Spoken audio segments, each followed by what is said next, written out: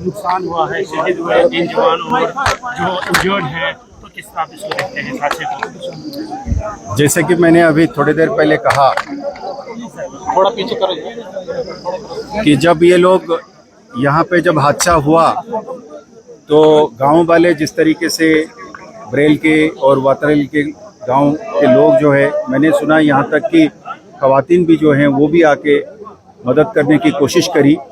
ये जो जज्बा है इसकी जितनी भी कदर करी जाए वो कम है।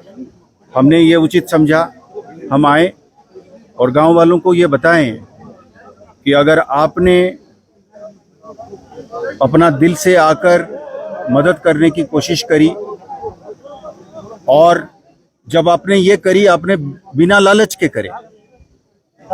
वो जो सुमो वाला है कह रहा था 3-3 4-4 चक्कर लगाया अपने हाथों से, उसके हाथ के गोद में एक जवान की फौत हो गया। तो इससे जाहिर होता है कि गांव वाले कितने अच्छे हैं और कितने इंसानियत में यकीन रखते हैं। तो जिसको अंग्रेजी में कहते हैं a natural desire to be of help to a fellow human being, तो इसका रिस्पेक्ट और इसकी कदर ज़रूरी है। इसलिए हमने समझा कि एक टोकन के तौर पे हम आएँ और यहाँ के गांव के लोगों को स्पेशल पुलिस अफसर के तौर पे इनको भर्ती करें।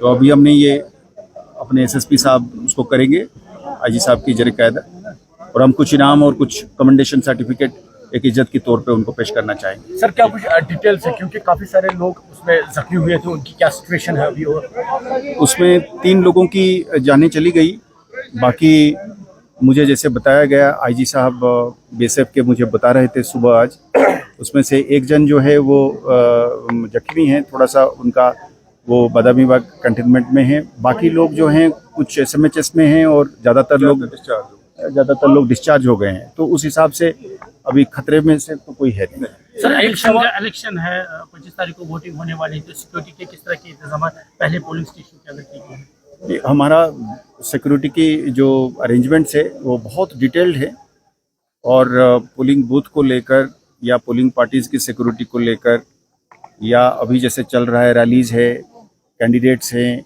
बाहर से जो ऑब्जर्वर्स आए हैं उनकी सिक्योरिटी है।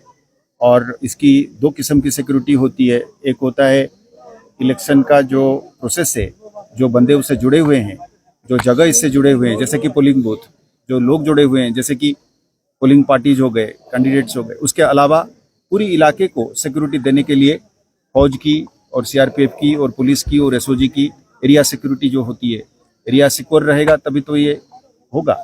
तो वो एरिया को सिक्योरिटी करने की जो काम है वो उसको बढ़ाया गया है, और इलेक्शन के साथ जो डायरेक्टली जुड़े हुए हैं और इलेक्शन के साथ जो इमारतें जुड़े हुए हैं उसको भी सिक्योरिटी देने की पूरी काम जो है वो ज़िला पुलिस ने बड़ी बारीकी में जाके करा है। हमें उम्मीद है कि हम एक ऐसे माहौल पैदा करेंगे जिसमें लोग अपनी इलेक्टोरल राइट्स, जो वोटिंग राइट्स है, चाहे इलेक्शन में पार्टिसिपेशन करने का या कैंपेनिंग करने का, उसमें बगैर खौफ के खुले दिल से करें। यही हमारी कोशिश है। हम उम्मीद करते हैं कि इस पे हम कामयाब रहेंगे। आपसे जरूर जानना चाहिए, जिस तरह से हम पहले देखते थे जो लोग थे या नौजवान थे वो पुलिस या सिक्योरिटी फोर्सेस से दूर रहते थे, जिस तरह से कल हादसा हुआ उसके बाद यहाँ के लोगों ने, यहाँ के नौजवानों ने जिस तरह बढ़ चढ़ के हिस्सा लिया, उनको हॉस्पिटल पहुँचाया, तो पुलिस और सिविल के बीच जो गैप थी वो कहीं ना कहीं अब पूर्ण हो गई है। जनाब बिल्कुल सही है। एक्चुअली वो कुछ ये जो दूरी जो है ना, वो मतलब दूसरा जो पार्टी है अपोजिट वाली, वो उसको एक नैरेटिव में भी फंसा के रखे थे। जब ये धीरे धीरे ये सिचुएशन अच्छा होता रहेगा ना, तो दोनों तरफ से ये माहौल सुधरेगा और एक दूसरे के बारे में इत्मीनान बढ़ेगा। हमें उम्मीद है इसी इत्मीनान से हम मैंने ये जो अमन है इसको हम एक लेवल पे ले जाएंगे जहाँ पे आप और हम इस तरीके खुले तरीके से यहाँ आए हैं, घूम रहे हैं, काम कर रहे हैं, इलेक्शन हो रहे हैं, वो ये कामयाब होगा। सर, मैसेज के लिए